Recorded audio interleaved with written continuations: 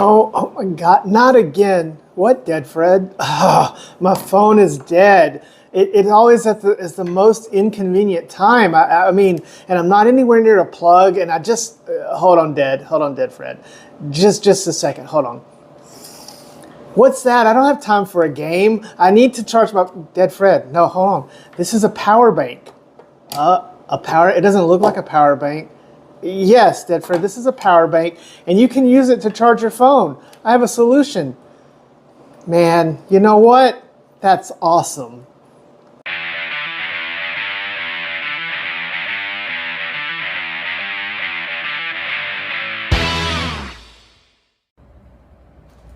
There are a lot of ways to charge your devices. Some of you may plug them directly into the wall and sit there next to it. Some of you may charge them overnight, or some of you may use this, a power bank. Well, what if a power bank actually could double as a retro gaming handheld?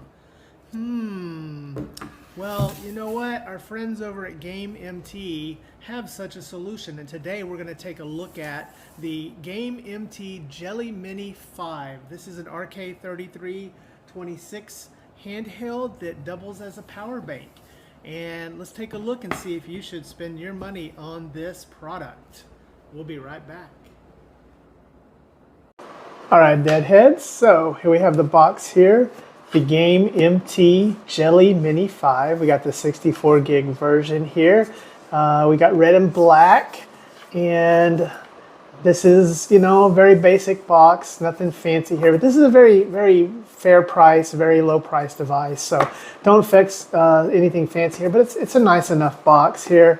Nothing really on the side to show, nothing on that. On the back here we do have our little Gamemt logo, game console. Now this is interesting, it shows that it's a mouse model, it's not a mouse, and it says it's a Jellymini 5 instead of the Jellymini 5. So I don't really know, that's kind of interesting. 6,000 milliamp hour battery. Now this is a charger also, so that's probably why it's listed like that. I don't think the actual gaming unit uses all 6,000. So we'll have to see and try it like that. But let's get this little man out of here and see what it looks like. And what do we have in the box? All right, so we have our unit, and this thing is a chunk-a-dunk. This is quite the fat boy. The one thing that everybody has kind of noticed immediately is that D-pad. We do have USB purple A to C, so that's good here. And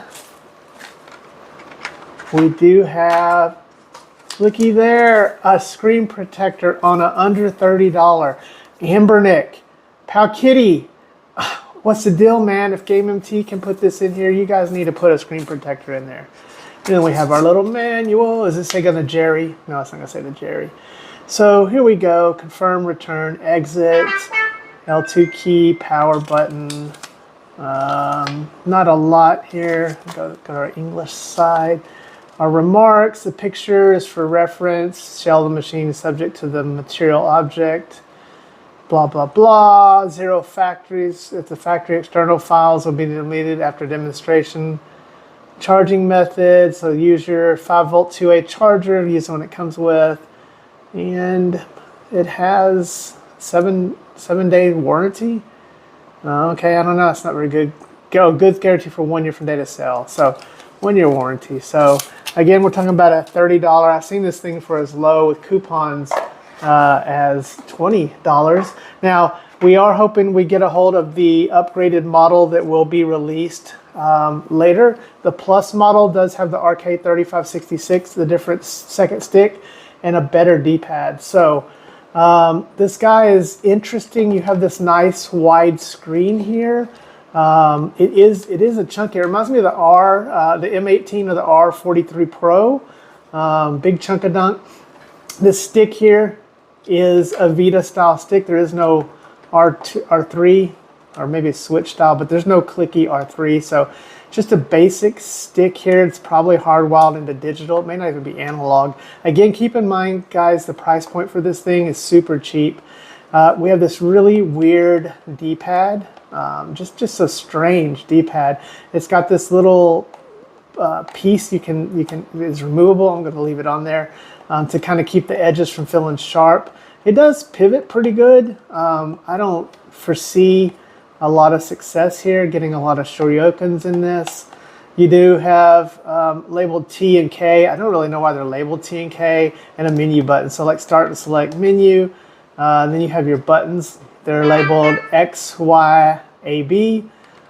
So they're labeled like that. And they feel very cheap. I mean, this thing feels cheap, but remember guys, they're not going for quality on this model. This is the cheap one. This is a power bank where they have melded in a screen. On the top here, we do have our OTG, we do have a DC out, a headphone jack. We actually have HD out, which this is a 3326. I didn't think any of those had HD out. So, and then we have a TF card here with our games. On the side here, we do have a volume rocker up and down. Here's our power button. And then on the back, we do have a kickstand. So the kickstand's kind of neat. I like the little design touches here, the little MT logo that's kind of hidden in there. You have some vents here. I don't know where the speakers are. That may be speakers actually backfiring. One of those is probably a speaker. I don't think it's dual.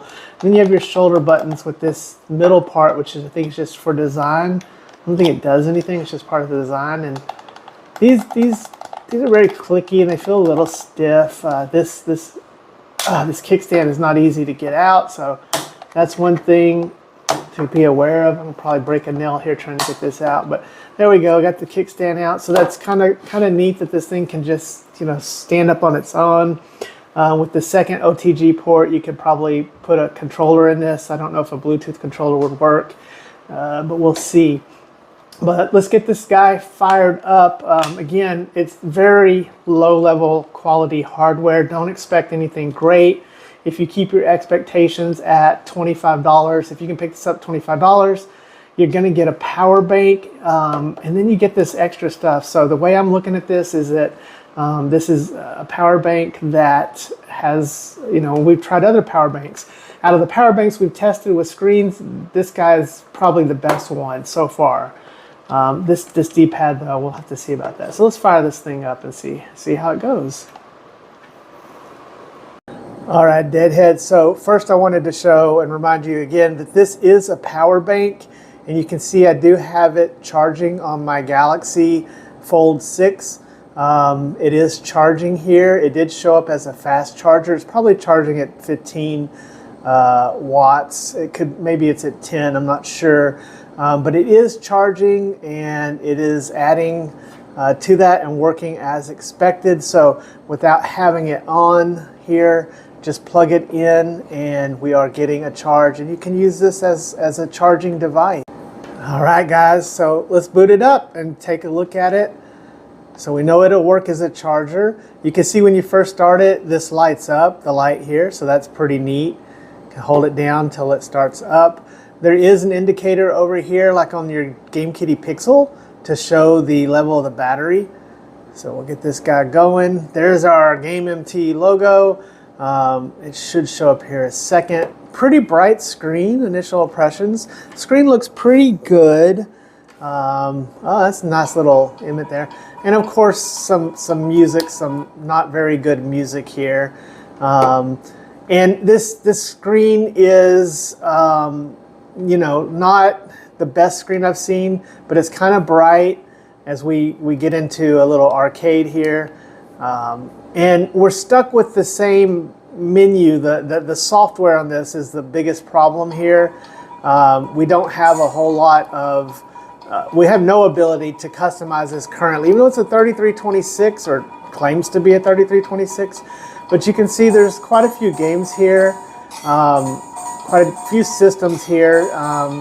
Let's go in and look at some Game Boy Advance, and you can see they do have some art here scraped. But yeah, this is unfortunately a pretty locked down system. Again, the biggest downside here, again, we're talking about a $25 to $30 unit, which you can find. with a big screen, a big 5-inch screen, big bright screen, the ability to charge your devices. But you're making a big trade-off there, and controls that are not really great here. You do have a search function. You can add to a collection. You have your history here. We'll go in and play some Dracula here. So again, I think most of you that are watching this channel, this is not something that you would choose to pick up as a main device. But if we can get this thing running with some custom firmware ever, and you know, the guys have done great with the E6, so maybe there can be some work on this to really get this going.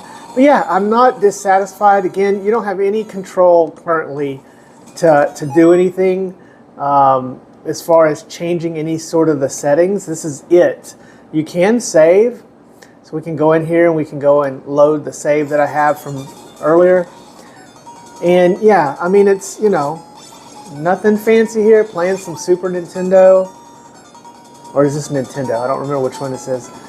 And you know, emulating it, fine. I don't see any problems.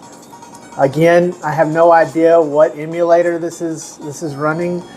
This D-pad is just in an awkward position, and it's just not a great D-pad. So we definitely have some downside there with the hardware. When this was first announced, I was really hoping this was going to be a little more closer to the theme or idea of the Unihertz Mini Jelly, the G99. Now guys, we do have the Plus version coming out, which has the other stick and a different D-pad from the pictures I've seen, and it's running a Rockchip 3566. Now again, if they're going to lock it down with this terrible, you know, firmware, it's really going to hurt its overall prospects. However, Gamma Core is out, and if we can get that running on this 3566 on the Plus version of this, this might be a very attractive combo. I don't know the pricing for the Plus. I hope they can get that thing out for under $50 or at $50. If they can do that, I think they'll have a winner. It's also a power bank, and so you have that ability to do this. But yeah, you can see that, you know, the biggest problem here is the lack of custom firmware, the lack of ability to change things, which, you know, if you want to give this to like a 4-year-old, a 5-year-old, you don't want them to mess things up or tinker with it, this could be really good. It's a really big screen. It's not the most comfortable thing to hold. It does have the kickstand, remember, so you could actually use a controller with this. I haven't tried to set up a controller using that OTG port because I don't really have a good controller to test with. That's something I need to get for the future Deadheads. And so I need to figure that out so I can start testing some of that. But, you know, the idea is there. And of course, if you're using a controller, well, your controls immediately improve. You're not having to worry about this. And I could see how using a controller with this thing, you know, up like a Nintendo Switch, like sitting here, propped up, and then you have maybe, you know, I wish this had Bluetooth. It doesn't have Wi-Fi or Bluetooth, but if it had that, and I don't know if a dongle would work, but that little mini Bluetooth controller that I reviewed, that would be great. Just sitting here playing like this on that. Again, a nice crisp screen. Not the best screen, but I mean, if you get this at $25, this screen is pretty good for a $25 device. The sound's not the greatest, it's not the worst. It's good enough. And again, you know, it's unique and it's different and it's just kind of a curiosity. I'm really more excited for the Plus version, looking forward to getting my hands on that one. But let's talk about, you know, review this up and talk about the things that I sort of liked here with this. I like that this is a unique form factor. I like that you can use this as a power bank. I think that that's a pretty neat little addition there, that you have that. I do like the screen. I think the hardware is adequate for a $25 to $30 product. You know, at that price, I think it's adequate. It's not great. as looks like I'm actually getting low on battery here. But what I don't like is I don't like that it's a lockdown software. I don't like the hardware on this. It's not the greatest. Even though, again, if you're considering the price point, it is probably acceptable at that price point. Not something I would recommend. I think this is a great device for a true non-gamer, for somebody that just wants to pick up and play, somebody that, you know, maybe has another device they like to charge and you want to give this as a gift. This could be a really good, you know, $25 Christmas gift to somebody who maybe needs to charge their phone, and this can charge their phone as a power brick, and they can start to explore the world of emulation and start off with something where they just pick it up and play. I can see a good use case for that. I'm really hopeful that the E5 Plus will impress me more. It's got the right, a 3566 has the possibility. Gamma Core on that thing, running that version of Android with a non-touch screen. I mean, there's a combination there I can see that could be very favorable. I do like the colorways. I think this color looks nice, this black and red. I do like black and red. The black and red unicorn I thought looks really good. As you can see, it's going to power down because it's used all the battery I used to charge it. So I think the light is nice. It's probably not necessary, but it does have that little light, and I like the kickstand. So, and the overall design of this. Again, Gamemt is a young company. They're trying things. I applaud them for trying this. This is not something I think you should run out and hop on. Again, I see this more as if you need a power bank and you're going to buy a power bank anyways in that $20 to $30 range, well, why not get this? It's only 6,000 milliamp hours. You can probably get a 20,000 milliamp hour power bank for, you know, in that same price range. But you are getting a handheld game here, the ability to play some retro gaming, which I think can be a pretty cool thing. All right, Deadheads, let me know in the comments what you think. Make sure you hit that like button. I want to thank every one of you guys who have subscribed. We're over 1,000 subscribers now. It is amazing. This is not an accomplishment just for me. It's an accomplishment for all of you, part of this community. Please come join us in the community as we build it. YouTube has rolled out some new hype buttons. If you see the hype button and you like what we're doing here, hit the hype button. It's for small creators like myself to kind of help get us noticed. You're a part of the journey, so you can help propel the channel to more audiences, to more people who can discover how awesome our little hobby is. Anyways, guys, I hope you guys are doing well out there. Remember to go hug your loved ones, because tomorrow's never promised. We'll see you next time, Deadheads. Dead Fred out.